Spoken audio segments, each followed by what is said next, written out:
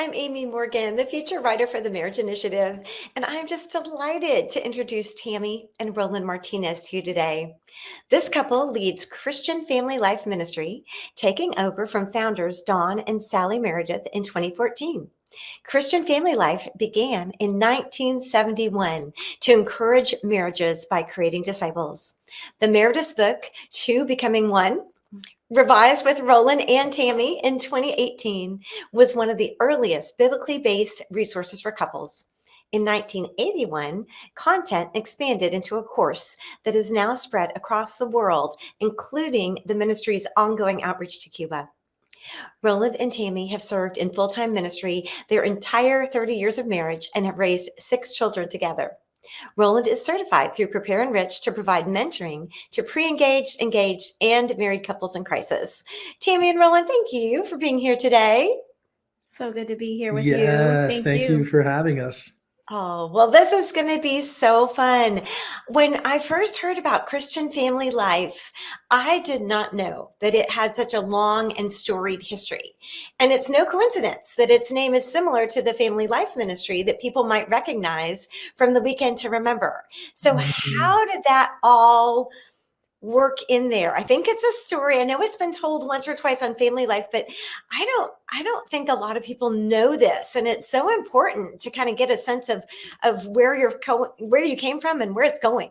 Sure, it really is. And inevitably, anybody that's been around the evangelical world, and specifically the marriage space, has probably heard of Family Life. Yeah. And so when they hear Christian Family Life, they think, oh, is this those weekend conferences? And we let them know, hey, those are great. And those weekend conferences are based on the material found in Two Becoming One. But we're able to share the story. Don and Sally met while on campus crusade staff in the late 60s. And early on in their marriage, there was a real need, not only for marriage material, but for biblical marriage perspective for themselves. Mm-hmm. Don uses the term that they were sparking each other, but these weren't good sparks. They realized how different they were. And so he goes to scripture and says, God, you created marriage. Can you make it work? That becomes a statement when he begins to really unpack Genesis 1 and 2.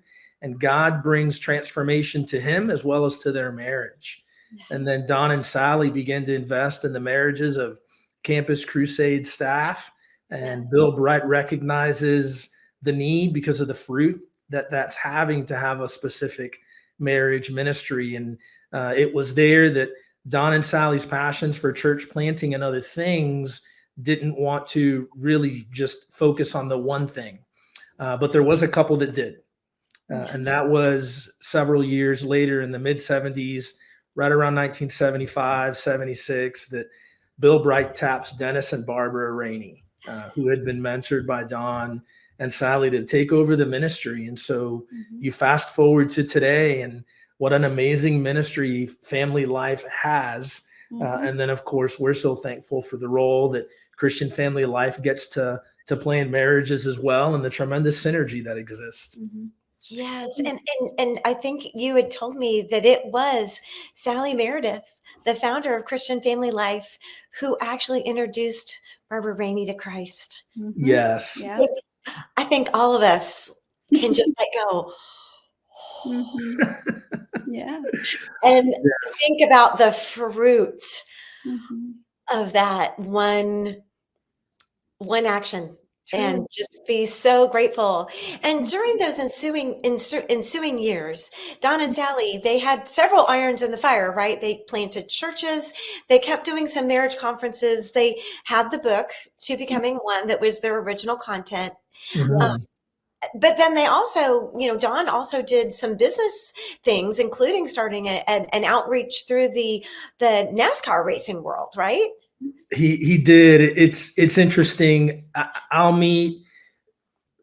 mention, 6 names right now, they would be well recognized in the evangelical community. And I'll typically come back from those meetings and tell the team, you're not going to believe this. And they're like, we already know what you're going to say. They know Don and Sally.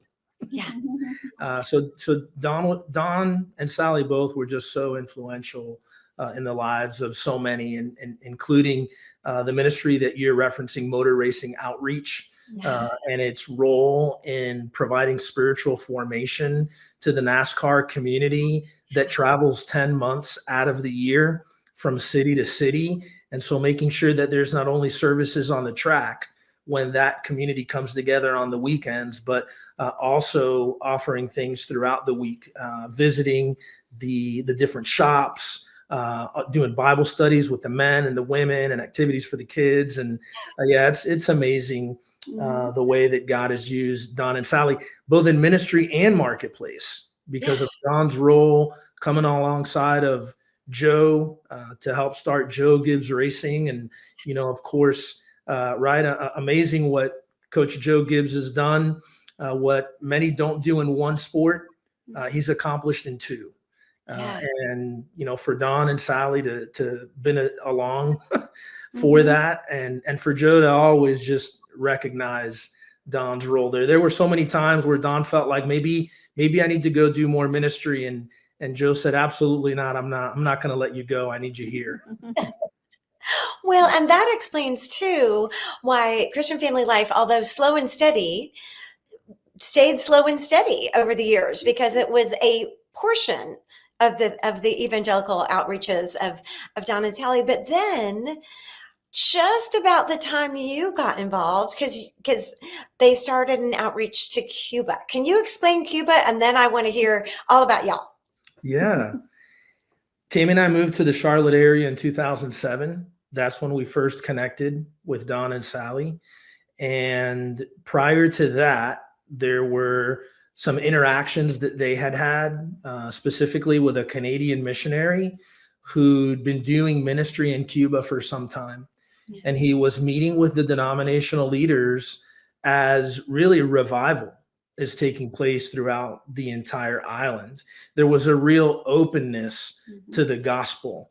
In fact, what opened the floodgate, so to speak, to that was the Pope's visit to Cuba. Because back in the early 60s, when the revolution took over in 1959, and then in those early days, there was tremendous pushback, and the evangelical community was very persecuted. Yeah. But all that said, this Canadian missionary, Daryl Wright, is asking these leaders, what's your greatest need in the midst of this revival you're experiencing? And he says, our pastoral marriages and our lay leaders' marriages are falling apart. Yeah. And we need marriage resources. And so that's when Daryl connected with Don. And Don figured they had this material, which had not been translated into Spanish at the time. So he quickly puts the Spanish translation in motion, makes a visit to Cuba. This is really important because Don and Sally go on to meet these denominational leaders before we end up connecting with them in that 2007 timeframe. And when we eventually got to go on our first trip and then continue to cultivate relationships with the people, they said something that was very important to them. They said, when Don and Sally came here, they didn't come here pretending to be the marriage experts. They came here pointing us to God, pointing us to his word, and just wanting to be vessels used in God's hand to do this work. So it was a powerful thing. So fast forward to our interaction with Don and Sally, which began through an email because of the church that we had come to be a part of, they were connected to. Tammy and I both have a Cuban background. We were both born in Miami. Of course, we didn't meet in Miami. We met in college. But her dad is Cuban, and he came from Cuba in the 60s at age 18. My parents were 7 and 10 years old, again, early 60s. And we moved to Charlotte and had never even thought of making a trip to Cuba. So when we got this invitation, I was pretty surprised. What had you been doing prior to moving to Charlotte? Because you already had a background. It wasn't like you were just kind of part of a church. You already, both of you had a role. And at that point, Did you already have 5 children? We had 5 children when we moved here. Yes. Up until that point, our marriage, we'd been married almost 15 years, right? Almost, yeah. And I guess 13. We had started in the Christian school where he grew up, and it was a church school. You know, we were involved in both school and church. So full-time teachers, coaching, youth pastoring, and just, you know, all the other things, very involved throughout the week. So there were many nights those first couple of years, but kind of fast forward, we moved to Fort Myers after that and got involved in another church, but school was separate. So it was a full-time, you know, I was home at that point with the kids. I had 2 Marissa was probably 2, she was almost 2. And then I had a 5-month-old. And so we just, fast forward, we go into another church ministry where we are school and church. We're there one place for 5 years, another place for 5 years. And we were kind of in this kind of a little bit of a conundrum. Like, we loved ministry. We loved the people ministry, you know, working with youth, working with, you know, even adults and parents, you know. I'll let you speak more to the parent side, because that was when the shift sort of began. But when it comes to family life was actually, I was home a lot. And so I would listen to the family life broadcast. So it really, yeah, you did. I did too. But I was home with my little boys. Yep. Oh yeah. I mean, I loved listening to the radio, and I was so ministered. And we actually went to 2, they used to do one-day conferences. And I remember in my heart thinking, I would love to work in some sort of marriage ministry, because this was such a huge, it made such a huge impact.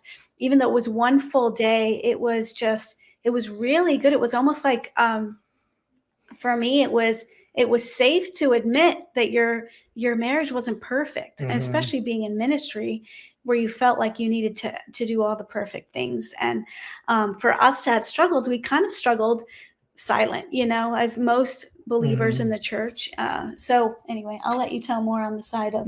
Yeah. So prior to coming to Charlotte, we'd been, for the most part, bivocational, except for probably the last 3 or 4 years where I was the executive pastor at a church in Bonita Springs, which then transitioning to Charlotte came on staff at a church full-time as the family pastor. Yeah. So overseeing, so really it was like the Lord took all of these experiences from the past 13 years and put me in a role where it was just, you know, ministering to the family as a whole. And that's where we were at. And so that's when we're approached by Don and Sally to say, we've got this opportunity in Cuba. You have a background. Would you be interested in going with us? And so we prayed a little bit. We didn't have to pray much. Now, Tammy wasn't going to be able to go till a little bit later on because of the age of our children. But she said, well, you're released to go, and she'll jump in down the road. Well, and that first trip, you said you started just as a translator, but that really changed your whole mindset, right? As you were translating the information. How did that impact you in your marriage, and then it help you as you've gone forward? Sure. It was transformational. I have to process and prepare myself to share the story, because I tend to get emotional each time because it was so significant. It was one of those times where I heard God as audibly as I've ever heard him in my life. So I go to Cuba already. That's emotional. Already feeling like this dream you didn't know to dream, to go and do ministry in the place that I had heard so much about growing up and never thought I would ever visit. And then we go to the eastern part of Cuba, which again was just a crazy detail, but it's not surprising with the way the Lord works. I was raised by my maternal grandparents, and my grandfather would talk about this little town in the eastern part of Cuba that few people even know about. And at an early age, he had to move to the capital, Havana. Well, the very first conference we do in the city that we end up flying into was this little town called Baracoa. And if Wow. you look up Baracoa on the map, it is the eastern tip. I mean, just way out there. And that's where we were. So, I mean, here's all these things that God's just smiling down and saying, you just trust me. And then, of course, I get up to translate for Don, and he begins to unpack Genesis 1. And he begins to talk about God's purpose for marriage. And I'm thinking, I had never really heard it articulated that way. And then we get into Genesis chapter 2 and the process that God takes Adam through to bring Eve to him. And as sure as God brought Eve to Adam, that by faith, I can believe that God has brought Tammy to me. And I realized that we were very much in performance mode. I felt like here we were, ambassadors of God's unconditional love and forgiveness to the world. But there were many times where we weren't sharing that with one another. At least for me, I felt like I would withhold that if I didn't feel like Tammy was checking the list of these boxes that I had to set up for her. And so I remember thinking, Lord, you're changing my heart, and things are going to change in my marriage. And so the word that I used with Tammy when I got back was, man, Tammy, I want to release you. I want to bring out the best in you. I feel like it's been suffocating to feel like we come together and we're unwilling to love and forgive the way that God loves and forgives us. And so Tammy says, I pour my heart out to her. I did not say this. And she says, we'll see. I thought it. But without a doubt, God had changed my heart. Tammy saw it. We began to be even more aggressive in investing and discipling couples. In fact, we share this, as there are many that do men's and women's ministry. Our greatest influence in gender-specific ministry of me with men and Tammy with women comes out of the marriage discipleship that we do, because we're able to get to know people at a different level because we're meeting both the husband and the wife. Yeah. And so we have that much more context in our individual meetings, me with the men and Tammy with the women. I love that. And that's one of the hallmarks of this content, is moving from a performance-based definition of love and feeling like your marriage is like you said, checking those boxes, being performance-based, to that faith-based love. Now, Tammy, you used an acronym to describe kind of how to remember about a faith-based love. Do you remember? Could you kind of share how that works? Sure. We talk about faith, love. We mention that a lot in our material. So faith, the F is for forgiveness. The A is for acceptance. The I is for initiate. The T is for truth. And the H is for the Holy Spirit, and to be led by the Holy Spirit, because we can't do any of those things without him. And so that is what we do.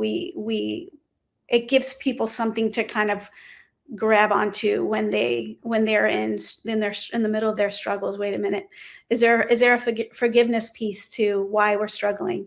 Am I not? So the acceptance is really a big part of it, because I'm accepting everything about Roland. Roland is accepting everything about me. Doesn't want to change me anymore. I don't want to change him anymore. Now, there are times we are in the flesh and we wish certain things would change, right? But when we really sit back and realize, and truly after 30 years of marriage, you do see things differently. Wow, I'm glad those things never changed. Don and Sally would say the same thing. Don would say, the things I wanted to change about Sally, I'm so glad they never changed, because they ended up moving so many times. And she was good with those things, and some women are not. And yet she was fine with moving and this, spontaneity and things like that. And so, that's just something that kind of gives people an idea of how to grasp what faith love is. Non-performance, to shift our thinking. Yeah.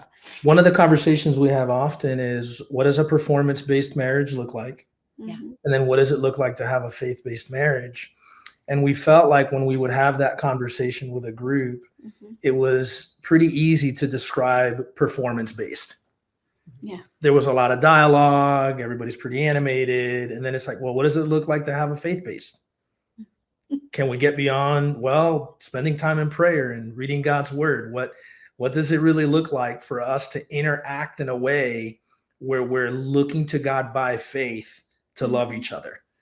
And then that's where, like Tammy was describing, okay, well, we know forgiveness is at play, acceptance, initiate, truth, which leads to trust. And none of that happens without the Holy Spirit. And so when you unpack those things in those frustrating moments in marriage, we go, okay, my flesh wants this, that's performance. But by faith, how can I respond the way that God would want me to respond in this moment? And you teach that in the course too. And the course is streaming, or you also speak live, correct?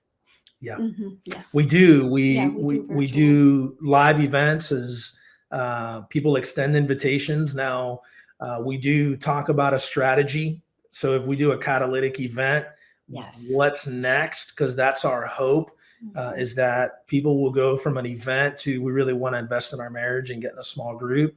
But then we also offer virtual trainings, which people can sign up for. And it's about a 3-hour training. Now, you don't need to be trained. It's not like you have to be certified to lead a To Becoming One small group. But because of the uniqueness of the content that's there, we do offer that training, because when we begin to things like performance to faith and focused on Genesis 1 and 2, where we see original intent, it's just so content rich that inevitably every time we offer a training, people say, man, I'm so glad that I took that training with you, because it was more than best practices of leading a small group, which we get into that a little bit, but it's really more about how to interact with the content as you're sharing this with the couples. Well, I love that. And I want to point out for our marriage champions too, that on your website, it has some really easy and very intuitive steps to onboard, ways to become a marriage discipler. If you're a church, ways to start incorporating, a marriage program. And you said yours is a great one to start with, or it also works as a great follow-up. If you've already had a book going or a study, it's a great next step. And you have really, that was part of the things once you started with Cuba, and then you started with, was it in 2014 then that you took over with Don and Sally? We're kind of ready to step back, and Don has actually passed now, as well as that original Canadian missionary. So you guys, you are the new guard and have really made this your life's work to pick up the baton from Don and Sally and carry and expand. So let's talk about that, because I really think, our marriage champions, you've made it really easy. You specifically, Roland and Tammy, have made it very easy to connect, for a marriage champion to connect and benefit from Christian family life.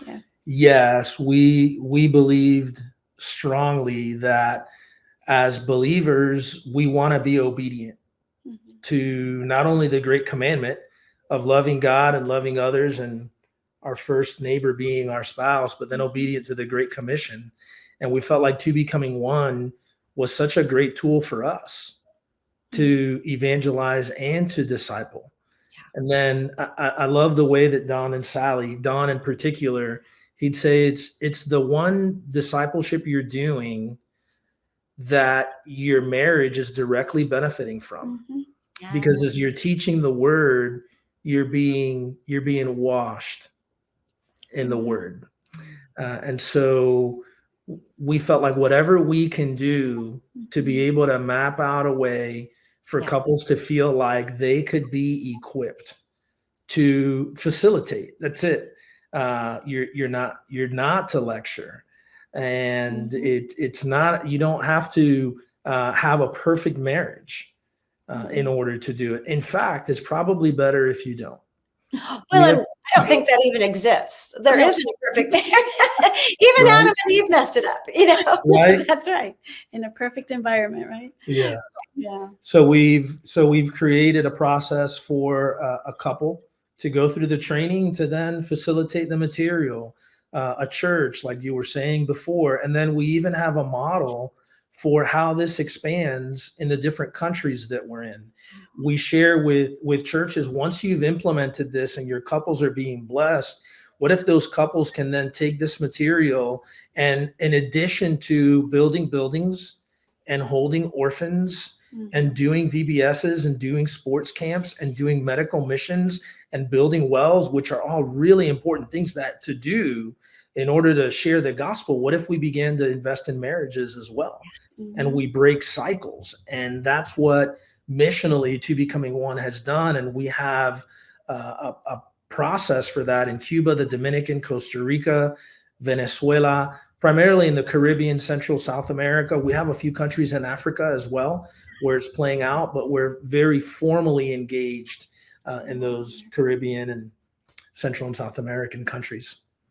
Yeah, and that's just so incredible to think about how, and you do a lot of, whether it's somebody like you said, taking it on their mission trip as one of their programs. I think most of our marriage champions are probably familiar with, like you said, digging the well or doing the VBS, but to think about it in a different way about something, and you make it so easy because it's so easy to be trained. It's so easy to take it and to understand it. It's just really, really interesting about how you've taken that. And you usually partner too, also, in addition to taking it on a mission trip, you also partner with a couple who may be already in country, correct? Oh, that's primarily how we work. Is when we first go in, we want to identify marriage champions within that country so that the work goes on. I mean, once COVID hit in 2020, there were countries we were in that for 2 years we couldn't visit, but we'd say that they leverage technology, and the marriage ministry is thriving today, and in a lot of ways grew during that time because the national leaders who had been trained had really taken ownership. Daryl Wright was the Canadian missionary would say, we don't want to blow in, blow up, and blow out, which is sometimes what mission work can be. And so we really took that to heart, really wanted to invest deeply in the relationships and empower the national leaders in country. Oh, I just love that. And I know you have like equipping churches to become marriage ambassadors and then build up leaders to become marriage disciplers. And that was the language is just so beautiful. I just can imagine our marriage champions listening to that and going, "Ooh, I can do that. Yes. I could do that with such great content too." So I just love that. And sometimes they use it for small groups, right? Or Sunday school. What are some other ways, or maybe something you could share us? There were some 6 reasons for marriage, why they fail, and then also some purpose and principles. Sure. Well, I'll say this: our vision is marriage discipleship. And so you take each one of those words, the marriage champions can do that. Here's why marriage is important. Here's why discipleship is important. Well, let's put those things together and let's go impact communities, churches, and all over the world. Because what if, right? What if we had one couple in every community, one couple in every church, and one couple, or to use the language we've been using, one champion that we're willing to invest in marriages in each of those places, the kind of difference that it would make. And so what that takes is it takes multiplication and it takes the training that we've been offering. And so go ahead. Well, and that brings me back to when you talk about multiplication and training. you have two daughters who are married, who are actually going through to becoming one themselves. So that just speaks to how your legacy, and also how much not only you value what to becoming one and what Christian Family Life offers, but that it was caught as well as taught. Right, exactly. Yes. Oh, that's just, Yes. Yeah, I'm so glad that you bring that up, because we received a text message from one of our daughters where, and you're probably not going to be able to see it too much, but I'll put it on there. But that is their group yeah. meeting on their final night Mhm. out under the cafe lights with a fire going. Yeah.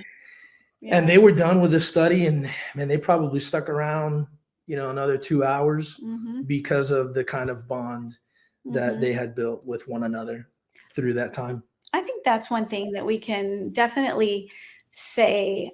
I mean, we have been a part of different Bible studies, like ladies' Bible studies. Roland's been part of different Bible studies.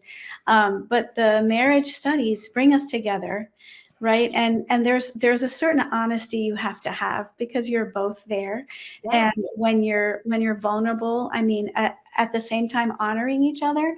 But it kind of it like again, going back to what I said earlier, that it's a safe space to just say things. This has been a rough week, and so people can kind of come and just kind of just lay that burden down, and those couples know that, okay, we can help, we can.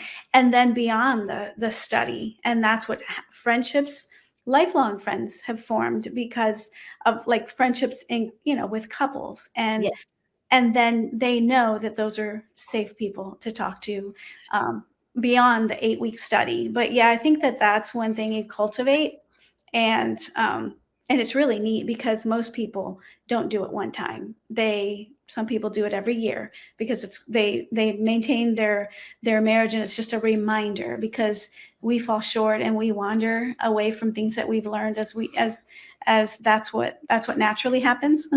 As sheep, we wander away from what's good and truth and that we've learned. But I just think that just that model of, so you have different I mean, we are selling books to places we've never knowingly sown anything. So God is multiplying, and that's always been our prayer. But somehow it's catching, and people are realizing that it's not about the big events all the time. Not that they don't have their place. They certainly have their place in our marriage, but really that tight, group. And we would recommend no more than 4 to 5 couples. Right. 6 couples, some people can do successfully, but really to have that intimacy, 4 to 5 couples is best. Yes. And the stories we hear are so neat. There was a group of young couples that had taken the study. They had invited us in to just kind of introduce and chat with them because they were local. And about midway through the study, 4 or 5 weeks in, they're talking about how their parents need to go through it. Well, all of their parents were like 35, 36 years of marriage. I mean, ahead of Tammy and myself. But they relayed that message back to us. And Tammy and I said, well, if your parents are willing, we'll take them through it. And so sure enough, so we had a group form out of the fact that these parents, young couples, were going through it. And then we have lifelong friends out of that group. In fact, one couple, one gentleman, I tell his story all the time because it just hit me in all these years of facilitating classes. It was the one time that someone was so expressive that first week where we're going through God's purpose. Now you have to do work before class. So they had done all their work and he comes to class, and probably 15 times throughout our time together, he would say something and he would say, I was mad. I was mad as I was reading this because all these years in the church, married 34, 35 years. He said, all these years in the church and no one had ever shared this with me. Yeah. So it's like he's loving the illumination, right, that God's bringing. But in another sense, he's like, why hasn't anybody shared this with me before? Anybody? And that Well, goes when I was first introduced. I thought, man, 13 years, full-time ministry, working with marriage, family, and then to have something broken down the way that Don did in such a simple way that just so profoundly impacted me and our marriage. oh, well, there's nothing I can say that could top that. That is just so wonderful. So Marriage Champions, I'm sure that was a wonderful inspiration to you too. And Tammy and Roland, thank you so much for being here. Oh, thank you for having us. We're so excited for the kind of collaboration that we can have, and so thankful for resources like yours and the way that you're inspiring other marriage initiatives. I mean, Charlotte Marriages has launched in our city because of what you guys are doing, and so we're so thankful. Thank you. Wow. That is our great pleasure and privilege. So, as always, Marriage Champions, if you'd like to know more about Tammy and Roland and Christian family life, you can find us at marriageinitiative.org or marriageresources.org.